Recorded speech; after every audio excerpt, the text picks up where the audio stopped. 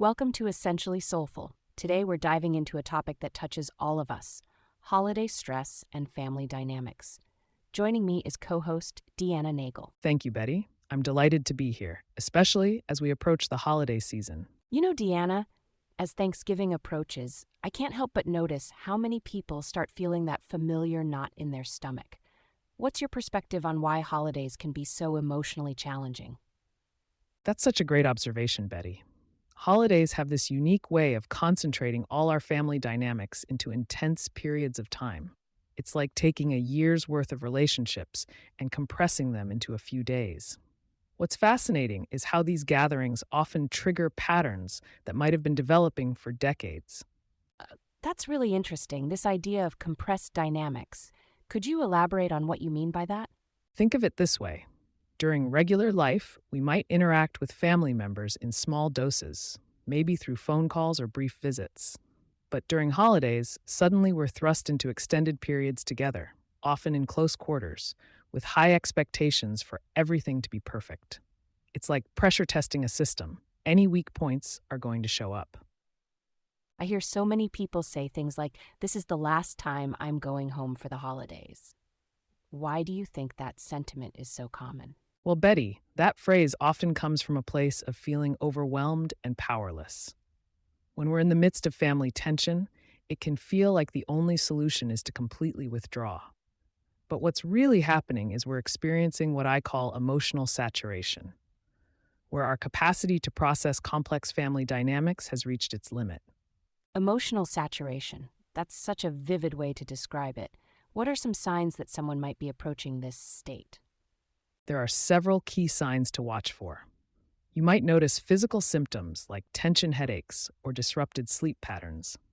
Emotionally, you might find yourself being unusually reactive to small things, feeling drained after brief family interactions, or experiencing anxiety weeks before the actual gathering. These are all valid responses to emotional overload. That's really helpful for our listeners to recognize these patterns. But what fascinates me is how these family patterns seem to repeat year after year. You've described it before as being like a well-worn path in the woods. Yes, exactly. Just like a path that gets deeper with each passing footstep, family patterns become more entrenched over time. The good news is that recognizing these patterns is actually the first step toward changing them. And here's where I often surprise people. These challenging moments can actually become opportunities for profound personal growth. That's such a perspective shift, seeing challenges as opportunities. Could you give us an example of how that might work in practice? Of course, let's say every year your mother makes comments about your career choices that leave you feeling defensive and angry. Instead of falling into the usual pattern of either arguing or withdrawing, you could use this as an opportunity to practice setting boundaries compassionately. Maybe saying something like, "Mom, I know you care about my success, but when you critique my choices, it hurts our relationship." That's such a constructive approach, but I imagine it takes a lot of emotional energy to respond that way when you're triggered. How can people prepare themselves for these moments? That's where developing a regular practice of emotional self-care becomes crucial. One of the most powerful tools I've found is maintaining a gratitude practice, particularly during challenging times like the holiday season. Ah, that's interesting, using gratitude as a tool for managing family stress. I think many people might hear gratitude practice and think it's about forcing positivity or ignoring real problems. How do you address that concern? That's a common misconception, Betty. True gratitude practice isn't about toxic positivity or dismissing legitimate concerns. Instead, it's about developing a more balanced perspective that can help us respond rather than react to challenging situations. It's like building emotional muscle memory that we can draw upon when things get difficult. Could you explain more about how this emotional muscle memory works in practice? Think of it like this. When you regularly practice gratitude, you're creating new neural pathways in your brain. Just like an athlete who practices the same movement repeatedly, you're training your mind to access appreciation and perspective more readily. This becomes invaluable during tense family moments. That's fascinating. Could you walk us through what a practical gratitude practice might look like, especially as we approach the holiday season? Absolutely. One of the most effective approaches is starting a gratitude journal. But here's the key: it doesn't have to be elaborate. Even taking 2 minutes each morning with your coffee to note 3 things you're grateful for can make a significant difference. Only 2 minutes. That seems surprisingly manageable. What kinds of things should people focus on? I actually encourage people to start with the smallest things. Maybe it's the warmth of that morning coffee, a text from a friend, or even just a moment of quiet. When we train ourselves to notice these small blessings, it becomes easier to find brightness even in challenging situations. I notice you mentioned both digital platforms and physical journals earlier. Do you have a preference between the two? The best method is the one you'll actually stick with. Some people love the tactile experience of writing in a journal, while others find digital apps more convenient. What matters most is consistency. I've seen people transform their family dynamics simply by maintaining a regular gratitude practice in the weeks leading up to holiday gatherings. Could you share an example of how this transformation might play out? Here's a recent example. I had a client who dreaded her sister's critical comments during family gatherings. She started a gratitude practice focused specifically on her relationship with her sister. She wrote about childhood memories they shared, times her sister had been supportive, even small things like her sister's sense of humor. And how did that change things? When they next met, instead of being primed for conflict, she was able to see beyond the criticism to the care and connection that still existed. She actually found herself responding with compassion rather than defensiveness. The amazing thing was, this shift in her response actually led to a change in her sister's behavior, too. That's really powerful. It's almost like gratitude practice becomes a lens through which we can view these challenging relationships differently. But what about when people feel stuck in really difficult family dynamics? How can they maintain a gratitude practice then? That's such an important question.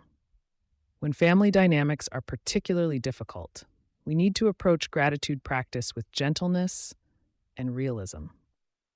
Sometimes we might need to focus our gratitude on the strength we're developing through these challenges, or on the support systems we have outside our family. So it's not about forcing gratitude for difficult situations?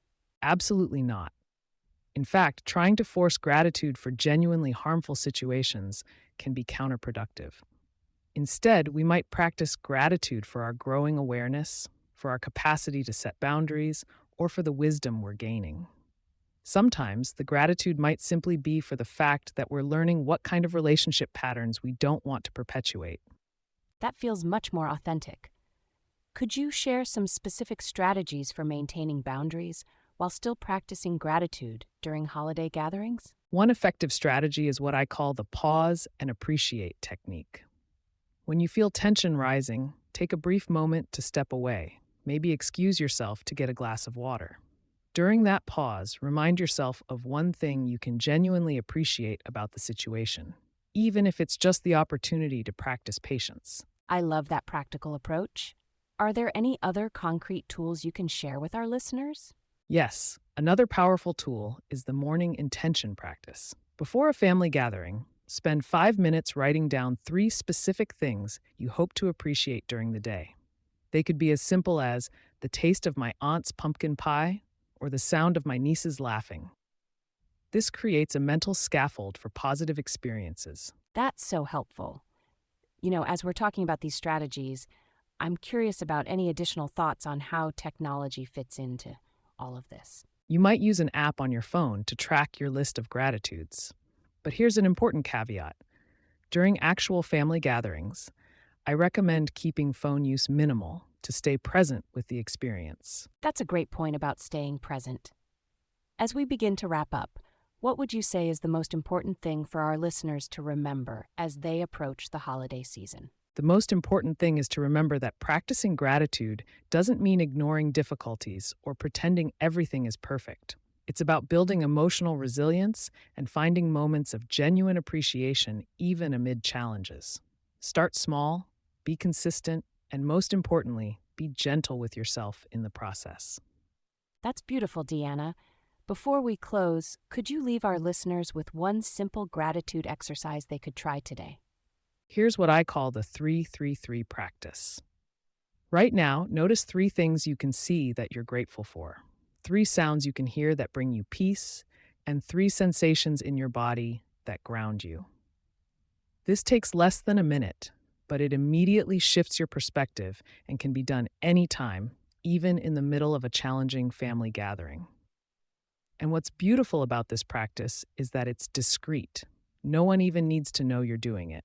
It's like having a secret tool in your emotional wellness toolkit. DeeAnna, this has been incredibly insightful. You've given us such practical tools for transforming holiday stress through gratitude. Is there anywhere our listeners can learn more about your work? Yes, they can find more resources and exercises on my website. And I also offer a free biweekly newsletter with additional writing prompts and resources. I'll also place a couple of links in the show notes, including my book, The Essential Soul Care Playbook. It's chock full of daily practices, including keeping a gratitude journal. Wonderful. And to our listeners, remember that transforming holiday stress starts with small steps, even just that simple 3-3-3 practice we just learned. Thank you so much, DeeAnna. Thank you, Betty. And to all our listeners, I wish you peaceful and mindful holiday gatherings. Remember, every moment of gratitude, no matter how small, is a step toward more meaningful family connections. And that wraps up this essentially soulful episode on transforming holiday stress through gratitude.